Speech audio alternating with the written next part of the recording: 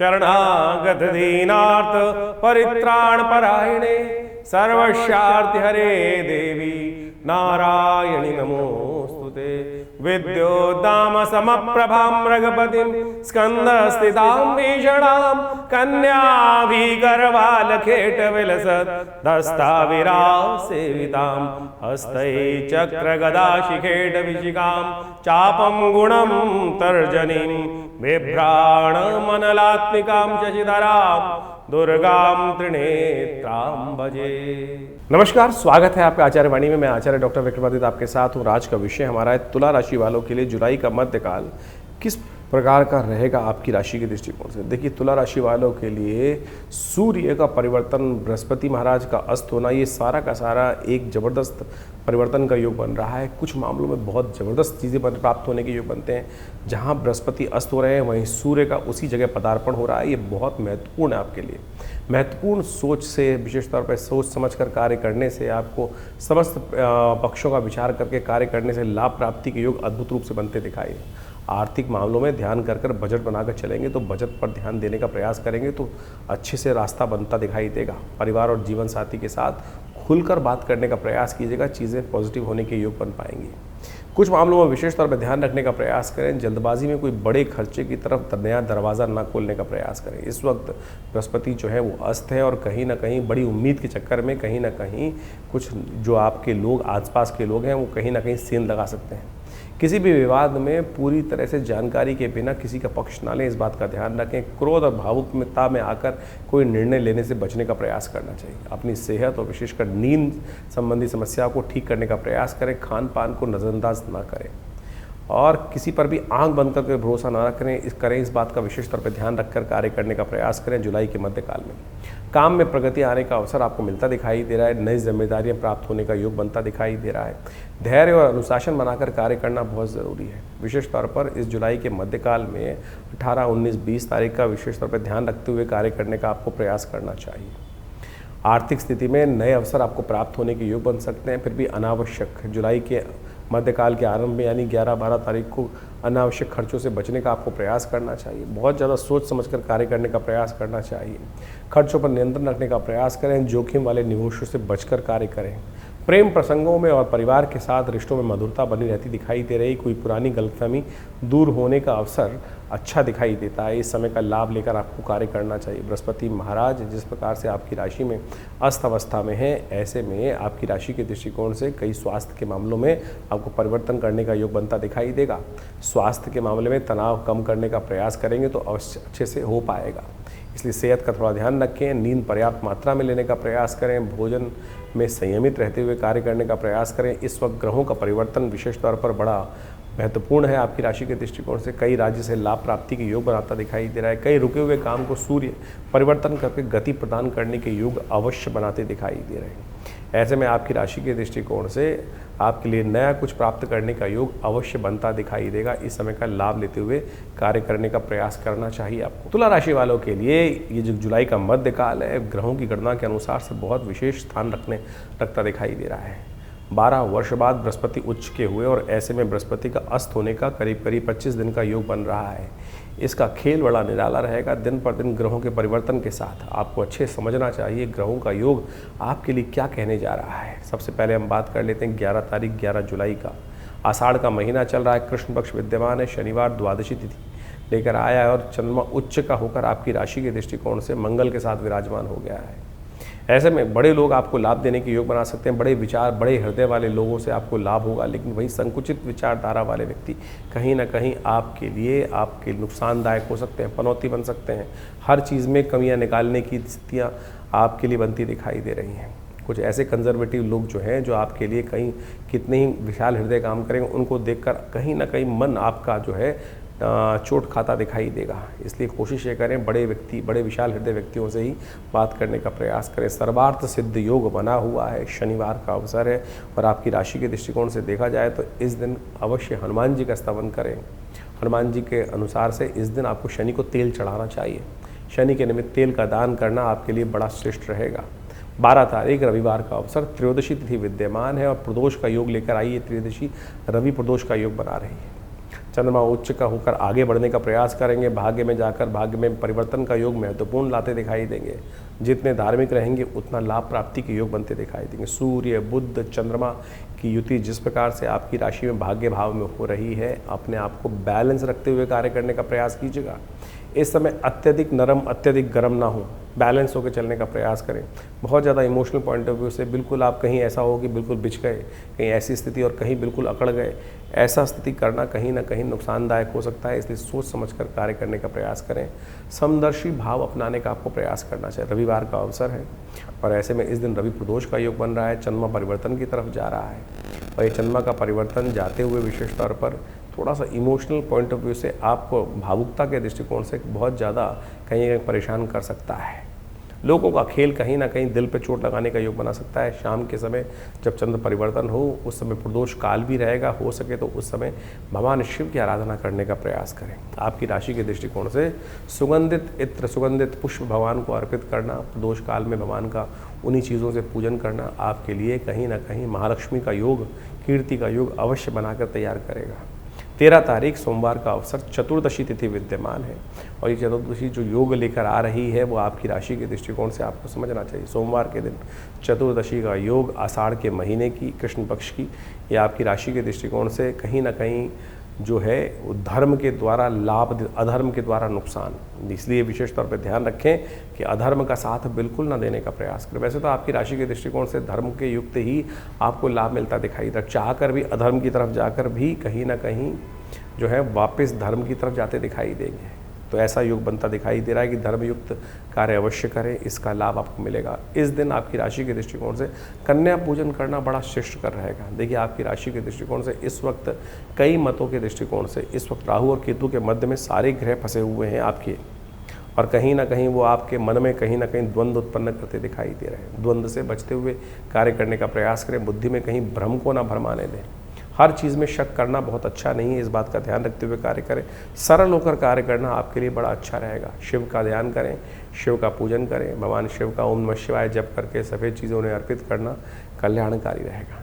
14 तारीख मंगलवार का अवसर, अमावस्या के दिन ये मंगल का योग पड़ रहा है और साथ साथ इस दिन चंद्रमा स्वग्रही होते दिखाई दे रहे हैं। बृहस्पति के साथ गजकेसरी योग का निर्माण करते दिखाई दे रहे हैं और ये योग आपकी राशि के दृष्टिकोण से देखें तो बड़ा कल्याणकारी रहेगा और ये कहीं ना कहीं आपके अपने प्रभाव से, आपके अपने मेहनत से पूरी लाभ प्राप्ति के योग बनते दिखाई दे रहे हैं।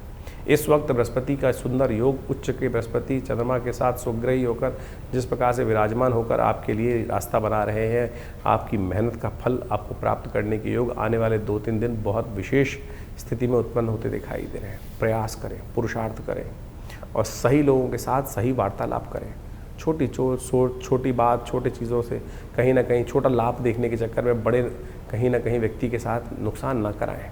सम्मानित पद प्राप्त करने के योग बनते दिखाई दे रहे हैं। इसमें जान पहचान बढ़ाने का प्रयास करें और छोटी छोटी बातों में कलेश से बचने का आपको प्रयास करना चाहिए। मंगलवार का अवसर है, इस दिन आपके लिए सबसे श्रेष्ठ रहेगा कि हनुमान जी के मंदिर में जाकर केवड़े युक्त प्रसाद को भगवान को अर्पित करने का प्रयास करें। सुगंधित पान भी भगवान हनुमान जी को अर्पित करना आपके लिए बड़ा ही कल्याणकारी रहेगा।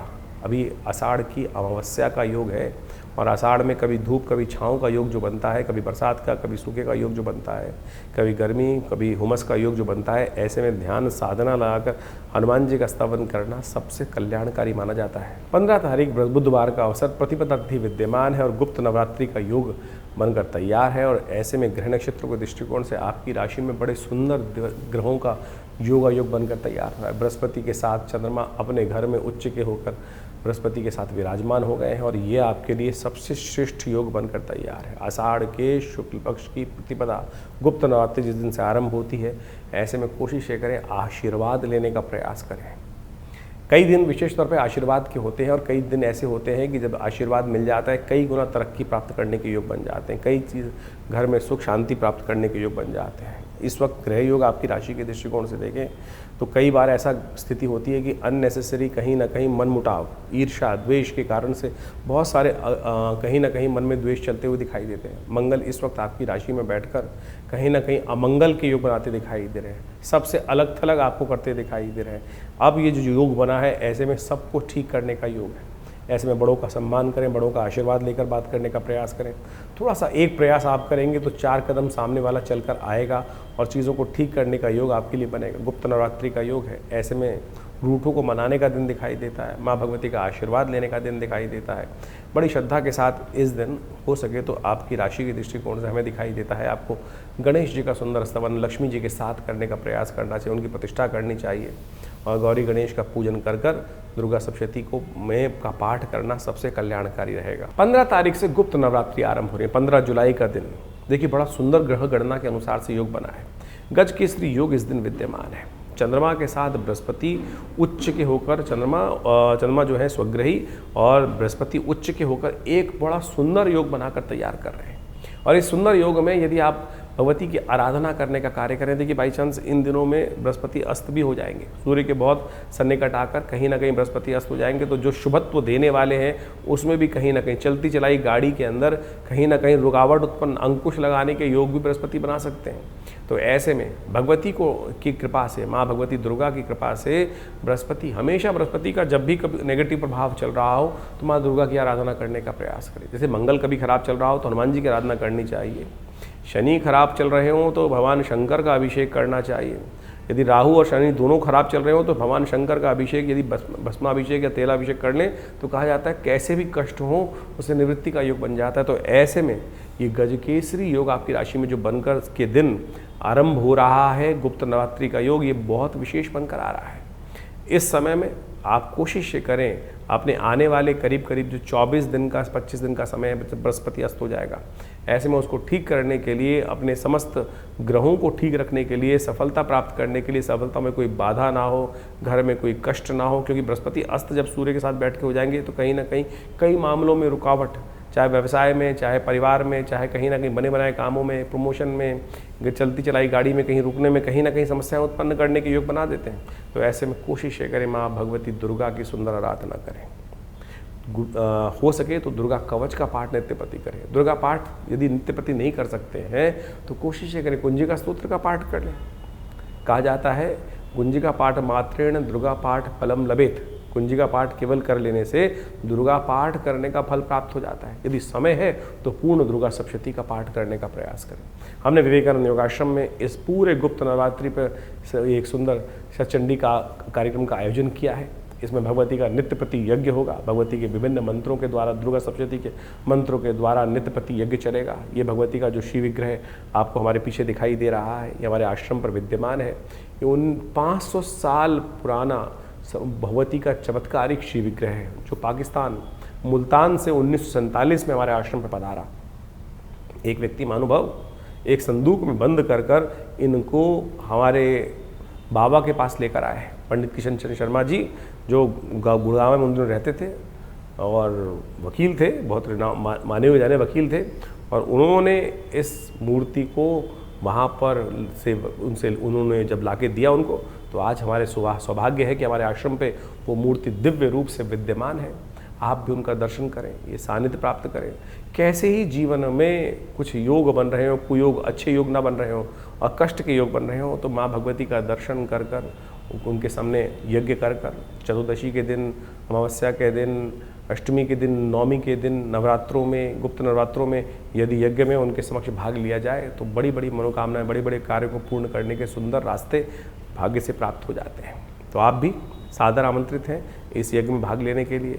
यदि आपके कुंडली में बृहस्पति खराब चल रहा हो, आपकी कुंडली में कहीं ना कहीं कोई दशाएं खराब चल रही हों, तो माँ भगवती का स्तवन कर लेने से ही कहा जाता है समस्त कष्ट दूर होने के योग बन जाते हैं। तो आइए इस नवरात्रों में सुंदर रूप से अपने कष्टों को निवृत्त करने के लिए भाग लें। इस यज्ञ में कल्याण होगा, माँ भगवती कृपा से कष्ट दूर होंगे। 16 तारीख गुरुवार का अवसर, द्वितीया तिथि विद्यमान है और ऐसे में ग्रहों का परिवर्तन का योग जो बन रहा है, बृहस्पति सूर्य महाराज परिवर्तन की तरफ जा रहे हैं। सूर्य का परिवर्तन जिस प्रकार से भाग्य से निकल कर राज्य भाव में होने जा रहा है, ये आपकी राशि के दृष्टिकोण से देखा जाए तो आने वाले 30 दिनों के लिए एक नया आपके लिए कुछ उदयकर्ता दिखाई दे रहा है।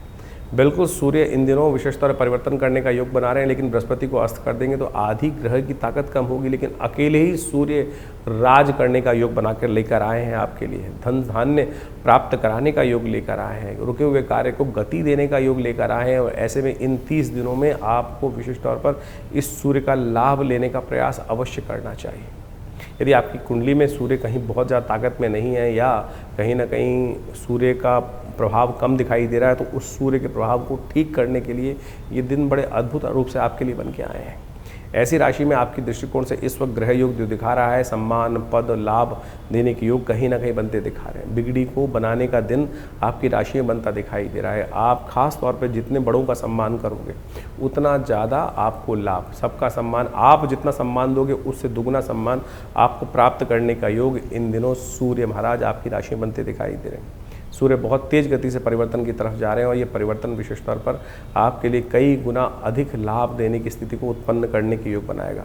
ऐसे में सूर्य को प्रसन्न करने का जितना प्रयास करोगे वो बहुत अच्छा रहेगा। सूर्य आपके राज्य भाव में आ गया है और राज्य भाव में सूर्य का आना विशेष तौर पर आपकी राशि के दृष्टिकोण से बहुत ही श्रेष्ठ योग बनाकर तैयार कर रुके हुए कामों को पूर्ण आगे ले जाने का योग बनाता दिखाई दे रहा है। निष्कलंक करने का योग बनाता दिखाई दे रहा है। कई जो पुरानी चीज़ें हैं उनको साफ करके ठीक अपने स्वरूप को पुनः बदलने का योग बनाता दिखाई दे रहा है। लेकिन इसके साथ साथ एक दिक्कत है, बृहस्पति महाराज जो कुंडली की ताकत होते हैं वो सूर्य ने अस्त कर दिया है। अब वो यदि आप बुद्धि का बल्ब जला के रख सके, बुद्धि का उपाय करके कर सके, ये देव योग से इस बार जो ये परिवर्तन हो रहा है गुप्त नवरात्रि के अवसर पर हो रहा है।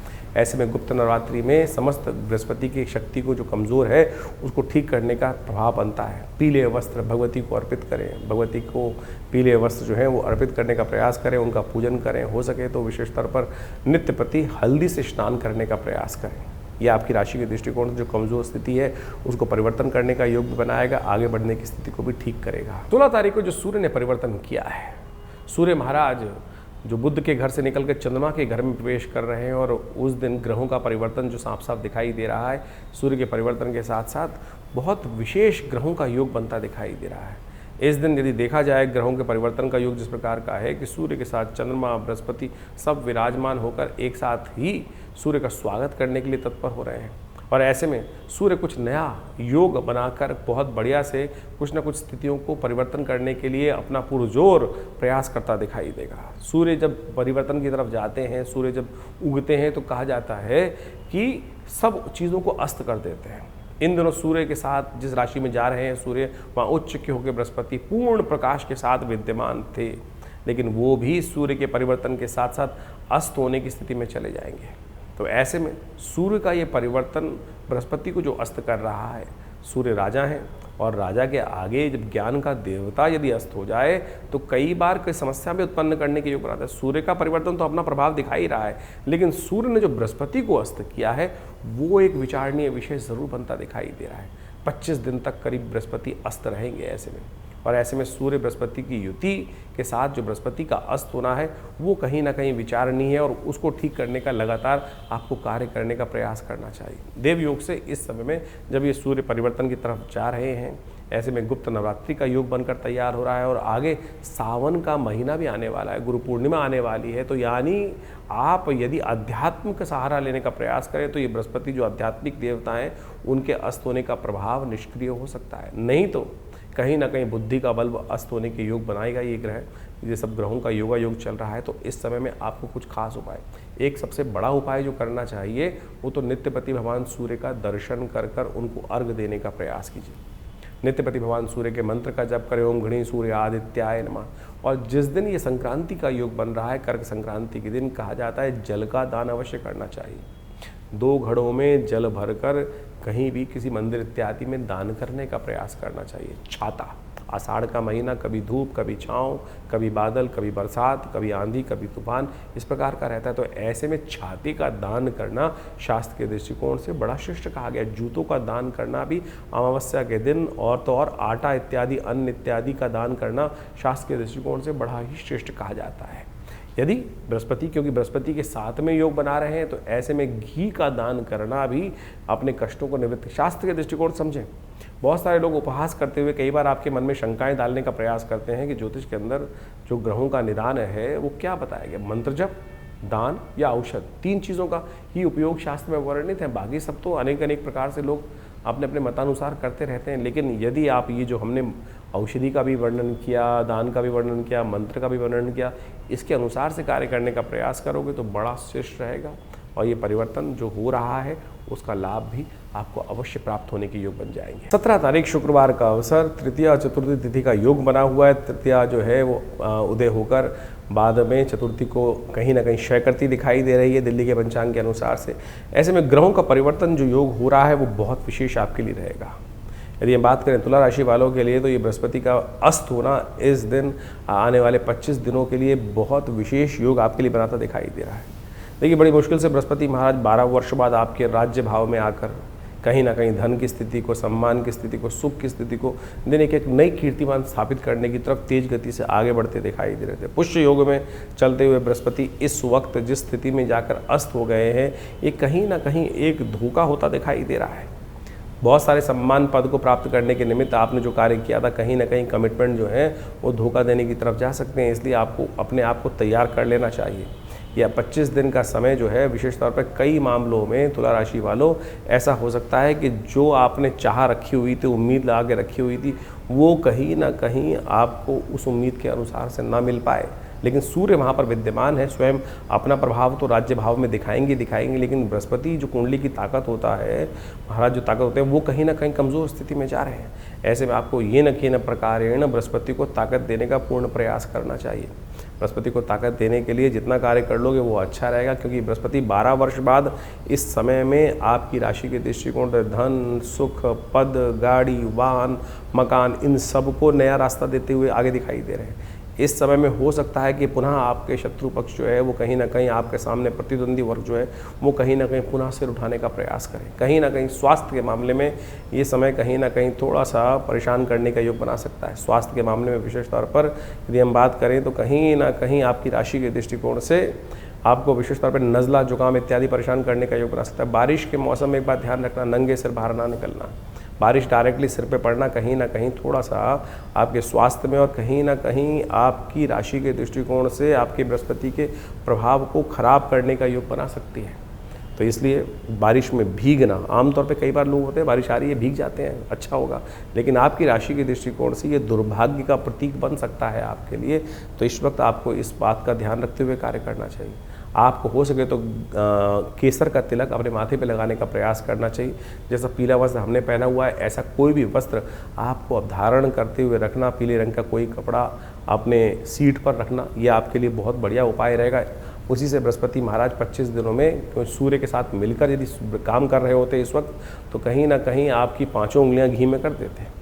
लेकिन अभी कहीं ना कहीं 50% उसमें कमी आती दिखाई दे रही। तो उसको ठीक करने के लिए बृहस्पति के मंत्र का जप करें, गुरु का सम्मान करें, गुरुजन का पूजन करें, तो उससे कहीं ना कहीं इस बृहस्पति को ताकत देने का सुंदर सुयोग आपको प्राप्त हो सकता है। तो 17 जुलाई को ये बृहस्पति का जो परिवर्तन होने जा रहा है, बृहस्पति महाराज सूर्य के बिल्कुल सन्निकट आने के कारण से अस्त हो गए। और ये बृहस्पति का अस्त होना एक तरह से जो आप हमारे सबसे ज़्यादा ज्ञानवान ग्रह जो है इस पूरे सौरमंडल के अंदर जो बृहस्पति है वही हमारे कई बार कहा जाता है इस सौरमंडल का विशेष तौर पर सबसे शक्ति संपन्न ग्रह माना जाता है। और संपूर्ण ज्योतिष के अंदर बृहस्पति का सबसे इम्पोर्टेंट स्थान माना जाता है। यदि देखें तो मध्य की धुरी यही है पूरे के पूरे सौरमंडल का ग्रह नक्षत्र ज्योतिष के दृष्टिकोण से, और वही अस्त होने जा रहे हैं। सूर्य अपने उच्च राशि में 12 वर्ष बाद यहाँ विराजमान हुए, और जब अस्त होने का योग बनाए तो कैसे में कोशिश ये करनी चाहिए कि बृहस्पति के अस्त होने में कई बार कई प्रकार के नुकसान, ज्ञान का, बृहस्पति किसका प्रतीक है? ज्ञान का प्रतीक है, सात्विकता का प्रतीक है, शुभता का प्रतीक है। और ऐसे में कई बार कई चीज़ों में बृहस्पति के अस्त होने से बने बनाए काम कई बार रुकने के योग बन जाते हैं। कई बार उम्मीद बृहस्पति अभी 1.5 महीने पहले बदले, और ऐसे में 1.5 महीने पहले बदलने से नई उम्मीदों को जगाने का प्रयास किया, और बदलते ही सूर्य ने अपने पास आकर अपने उस बड़े बल के कारण से सूर्य के प्रकाश को भी कहीं न, बृहस्पति के प्रकाश को कहीं ना कहीं अस्त कर दिया। तो अब बृहस्पति जब अस्त हो गए, अब अस्त का मतलब क्या होता क्या है कि आप मान के चलें कि जब सूर्य क्षितिज से, सूर्य जब अस्त हो रहे होते हैं, जब देखिए अस्त हो जाते हैं तो आकाश में क्या होता है? अंधेरा छा जाता है। अंधेरा छा जाता है तो जो सूर्य के जो बाकी जो ग्रह हैं वो कहीं ना कहीं तारों के रूप में टिमटिमाते दिखाई देते हैं। और सूर्य जब पृथ्वी जब घूम के जाती है दूसरी तरफ से, जब जहाँ प्रकाश होता है सूर्य का, वहाँ सब चीज़ें उस प्रकाश के आगे लोप हो जाती हैं। और जो जो सूर्य के बहुत सन्निकट ग्रह हैं, यानी आप इस वक्त देखें जब सूर्य उदय हो रहा होगा तो बृहस्पति उसके बहुत सन्निकट है, तो वो आकाश मंडल में दिखना बंद हो जाएगा। तो अब उस ग्रह को अस्त बोल दिया जाता है कि यानी उसका प्रभाव शून्य हो गया। ज्योतिष गणनाओं में कहा जाता है कि उसका प्रभाव शून्य हो गया, वो वास्तविक तौर पर अपना प्रभाव पूरी तरह से नहीं करेगा। अब जिन कुंडलियों में बृहस्पति का शुभ प्रभाव पड़ रहा था वो भी शुभ लोप हो गया, और कहीं कुंडलियों में योगा योग बनते हुए व्यक्ति के लिए बृहस्पति का अशुभ प्रभाव कुंडली में बन रहा था, तो वह अशुभ प्रभाव भी कई प्रकार से कम हो जाएगा। तो आपकी राशि के दृष्टिकोण से आपको ये समझ लेना चाहिए कि कहाँ अच्छा प्रभाव है, कहाँ नेगेटिव प्रभाव है। उसके अनुसार से हम बृहस्पति को सात्विक ताकत देने का प्रयास करें। देवयोग से इस बार बृहस्पति जब अस्त हो रहा है तो उस वक्त गुप्त नवरात्रि चल रही है, और हमने ऐसा देखा है कि जब भी बृहस्पति कहीं ना कहीं कुंडली में, किसी की कुंडली में भी खराब हो, ऐसा व्यक्ति दुर्गा जी की आराधना करे, तब उसके जीवन से समस्त कष्ट दूर होने के अपने आप योग बन जाते हैं। तो ऐसे में कोशिश ये करें, आपकी राशि के दृष्टिकोण से हमने सबसे श्रेष्ठ दिखाई देता है कि माँ भगवती दुर्गा की आराधना, दुर्गा सप्तशती का पाठ, या देवी सर्वभूतेषु बुद्धि रूपेण संस्था नमस्तस्यै नमस्तस्यै नमस्तस्यै नमो नमः, इसका नित्य प्रति कम से कम 108 बार जप कर दीजिए। हो सके तो पीली चीज़ों का दान करने का प्रयास करें। माँ भगवती के मंदिर में जाकर उनको पीले वस्त्र अर्पित करने का प्रयास करें। और सबसे श्रेष्ठ रहेगा कि नित्य प्रति आप एक काम और करने का प्रयास करें। ये हल्दी की गांठ आपको मिलेंगी, इस हल्दी की गांठ से जो जल में डालकर उसको विशेष तौर पर हल्दी युक्त जल बनाकर फिर उससे स्नान भी नित्य प्रति कर लीजिए। ऐसे में ये बृहस्पति का अस्त होने का प्रभाव आप सत्य देखेंगे कि बहुत कम हो गया है। तो इसका नित्य प्रति इस प्रकार से उपाय करने का प्रयास कीजिए और देखिएगा कहीं ना कहीं बृहस्पति का नेगेटिव प्रभाव जो है, बहुत छोटे छोटे उपाय बताएं। बृहस्पति का मंत्र है ओम ग्रांग ग्रीं ग्रौंग से गुरुवे नमः, इस मंत्र का नित्य प्रति जप करने का प्रयास कीजिए, बहुत सुंदर रहेगा, आपके कष्टों को दूर करने का योग बनाता रहेगा। 18 तारीख शनिवार का अवसर और इस दिन पंचमी तिथि विद्यमान है, और ग्रहों का परिवर्तन का योग रात्रि में ही चंद्रमा परिवर्तन कर आपकी राशि के दृष्टिकोण से आपके लिए थोड़ी सी परेशानी उत्पन्न करने का योग बनाते दिखाई दे रहे हैं। फूंक फूंक के कदम रखने की ज़रूरत है। अननेसेसरी के खर्चे बिना सोचे समझे कार्य करने से बढ़ते दिखाई देंगे। बहुत ज़्यादा ओवर टेंस ना हो, अननेसेसरी के कार्यों में हाथ ना डालें, इस बात का ध्यान रखते हुए कार्य करना आपके लिए बहुत ज़रूरी है। कई बार हर चीज़ों में आगे बढ़कर कार्य करने से क्या होता है, नुकसान भी हो जाता है, इसलिए थोड़ा बैकफुट पर रहकर कार्य करने का प्रयास करें। सूर्य परिवर्तन कर आपको बैकफुट पे होना जाना दिखा नहीं रहे, लेकिन मन आपका जो है कि हम आगे बढ़कर काम करेंगे, लेकिन आगे बढ़ के कार्य में सबसे पहले गोली आप ही को खानी पड़ सकती है। इस दिन विशेष तौर पर ग्रहों का परिवर्तन का योग जो बन रहा है वो कहीं ना कहीं आपके लिए थोड़ा सा भारी पड़ सकता है। हो सके तो चावल का दान करें, आपके लिए अच्छा रहेगा। भगवान शंकर के मंदिर में जाकर इस दिन विशेष तौर पर उनका दूध से अभिषेक करना शनि के प्रभाव और चंद्रमा के प्रभाव को, नेगेटिव प्रभाव को ठीक करने लायक आपके लिए कहीं ना कहीं योग बनाकर तैयार करेगा।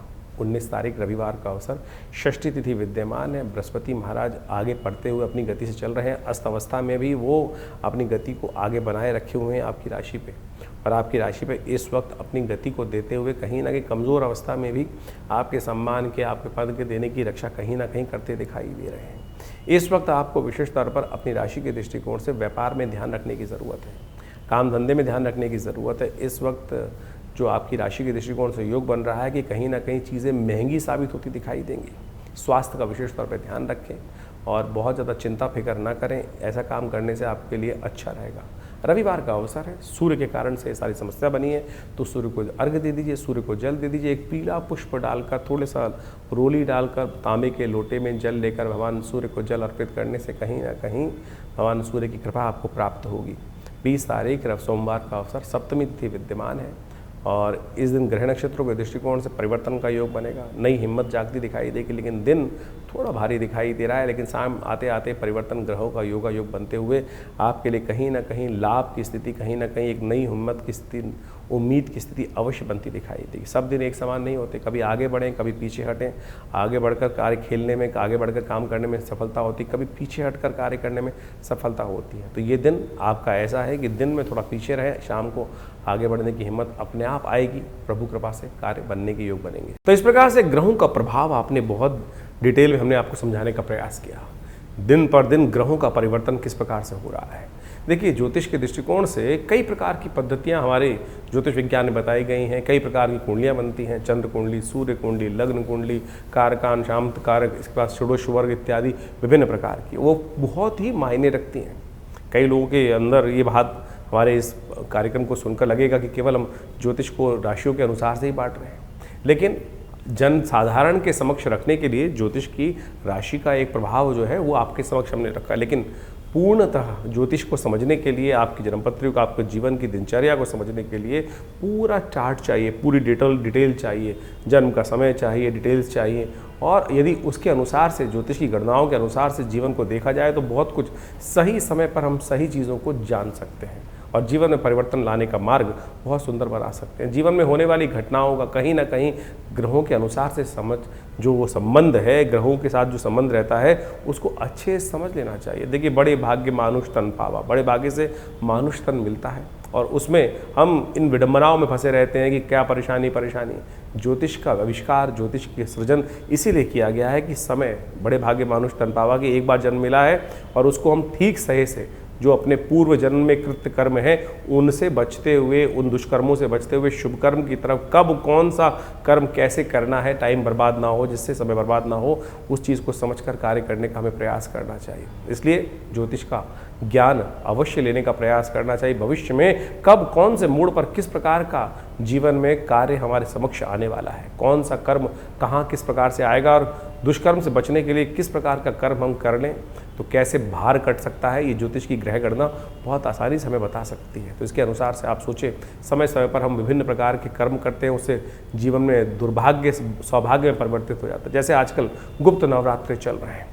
गुप्त नवरात्रों में कहा जाता है माँ भगवती दुर्गा की आराधना यदि श्रद्धा के साथ कर ली जाए, ना कोई ज़्यादा ड्रामेबाजी करने की ज़रूरत नहीं, ना शो ऑफ करने की ज़रूरत है, क्या ना कोई बहुत बड़ा दिखावा करने की ज़रूरत, चुपचाप माँ भगवती के मंत्रों का जिस प्रकार से अनुष्ठान शास्त्र में वर्णित है, दुर्गा सप्तशती का, सतचंडी, सहस्रचंडी, साधारण पाठ, जो भी आपकी श्रद्धा के अनुसार से, आपके विश्वास के अनुसार से, आपकी सामर्थ्य के अनुसार से आप कर सकते हैं, उसको अवश्य करने का प्रयास करना चाहिए।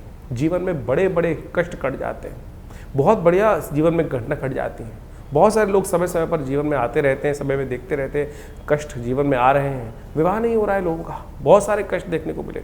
अभी कुछ दिन पहले कई लोग आश्रम पे आते ही रहते हैं, बहुत सारे, एक ऐसा ही केस आया हमारे पास में ही थे, करीब 20-30 साल से जानते थे, उनके कोई रिश्तेदार थे, वो आए, जीवन जन्मपत्री देखने को मिला, जन्मपत्री में कुछ भी ऐसा दोष दिखाई नहीं दे रहा था, लेकिन उनकी वार्तालाप से लगा कि उनके स्वप्न में बार बार उनके पूर्वज कहीं ना कहीं उनको दिखाई दे रहे हैं। तो हमने कहा एक काम करें, गायत्री का आप जप करें, गायत्री का 1.25 लाख जप करें, अनुष्ठान करें, गायत्री का 1.25 लाख जप कर अपने पितरों के निवृत्ति के लिए, जो कहा जाता है कि ऋण मुक्ति के लिए ये कार्य में सबसे श्रेष्ठ है, उसको करें। और सत्य माने 2 महीने में पहले उस कार्य को करा उन्होंने, और उसके बाद अभी 10 दिन पहले मेरे को फ़ोन आया कि हमारे बच्चे का संबंध स्थापित हो गया। सत्य माने ये भार कटता है। ज्योतिष की काल गणनाएं आपके जीवन में सत्य को लाने के लिए, कष्ट को निवृत्त करने के लिए सुंदर सुयोग बनाती है। ऐसे हजारों जो तरीके हैं, जो उदाहरण हैं, वो हमारे जीवन में कई बार हमको देखने को मिलते हैं और बार बार हम आपके समक्ष रखते हैं। तो इसलिए इन प्रत्यक्ष कर्मों को, अनुष्ठान, मंत्र जप इत्यादि को अपने जीवन में स्थान देने का प्रयास करना चाहिए। जैसा हमने कहा, गुप्त नवरात्रि का सुंदर योग चल रहा है, कोशिश करें अपने घर में बैठकर जैसा हो सके मंत्र भगवती का, सर्वमंगल मांगल्ये, या देवी सर्वभूतेषु बुद्धिरूपिणी संस्थिता, जो भी ओम आईं ह्रीं क्लीं चामुंडाय विचे, जो भी मंत्र आपको याद है उनका यथाउचित भाव से नित्य प्रति स्मरण करें। नहीं तो हमारे आश्रम पर आप सादर आमंत्रित हैं। इस अनुष्ठान में जो समय पर चलता रहता है उसमें आइए, जुड़िए। पूरा गुप्त नवरात्रि, वैसे तो आश्रम पर नित्य प्रति 8 घंटे यज्ञ होता ही है, हर रविवार को सामूहिक यज्ञ भी होता है, लेकिन समय समय पर जो ये बड़े बड़े उत्सव आते हैं, गुप्त नवरात्रि, शारदीय नवरात्रि, चैत्री नवरात्रि, और उसके अलावा अभी सावन का सुंदर सुयोग आने वाला है, इसमें नित्य प्रति रुद्राभिषेक का कार्यक्रम रहेगा, शतचंडी का अभी सुंदर कार्यक्रम चल ही रहा है इन गुप्त नवरात्रियों में। कोशिश ये करें माँ भगवती दुर्गा के सानिध्य में बैठकर, माँ भगवती की चमत्कारिक श्री विग्रह के सानिध्य में बैठकर इन यज्ञों का लाभ लें। यज्ञ जो है संसार का सर्वश्रेष्ठ कर्म है, यज्ञो वै श्रेष्ठतम कर्म। और आज हमारे मंदिरों से दुर्भाग्य है, इस बात को कहते हुए मुझे बड़ा अजीब लगता है कि लोगों ने हमारे अपने मंदिरों में हमने यज्ञ को शून्य कर दिया, और यज्ञ को केवल कुछ लोगों ने तो ऐसा कर दिया जहाँ यज्ञ होता है कि क्या आर्य समाज, अरे सनातन पद्धति में एक ऐसी कोई चीज़ है जो नहीं है। लोगों ने, विभिन्न मतों ने, विभिन्न पंथों ने एक छोटी छोटी भाग सनातन का लेकर अपना बना लिया और उसको इस प्रकार से उपस्थित करने का प्रयास किया। ये सनातन पद्धति में यज्ञ का भगवती कोई भी कहा जाता है, कोई भी मंत्र अनुष्ठान है, यदि कोई भी आप कुछ भी कर रहे हैं, चाहे आप नग भी धारण कर रहे हैं, चाहे कोई यंत्र रख रहे हैं अपने पास, यदि उसमें मंत्र जप यज्ञ इत्यादि का कर्म नहीं किया गया है तो वो निष्फल होगा, कार्य करेगा ही नहीं। तो इसलिए यज्ञ वो निधि है भारतीय संस्कृति की जो जीवन के समस्त सुखों को देने का प्रभाव रखती है। और कम से कम इन नवरात्रों में, इन श्रावण के अवसरों पर विभिन्न यज्ञ जो समय समय पर किए जाएंगे उसमें सम्मिलित हों। माँ भगवती कृपा से आपके कष्ट दूर होने के अद्भुत योग स्वयं आप बना सकते हैं। और हमने इन सब विधानों को बहुत सारी अपनी पुस्तकों के माध्यम से जगह जगह बताया भी है, तो आप उन पुस्तकों को पढ़ सकते हैं और अपनी समस्याओं का निदान भी जान सकते हैं। आश्रम से प्रकाशित विभिन्न पुस्तकें जो आपको दिखाई जा रही हैं, उन सब में आप कोशिश ये करें, पढ़ें, उन सबको समझें और आश्रम में भाग ले सकते हैं विभिन्न कार्यक्रमों में। आपका धन्यवाद।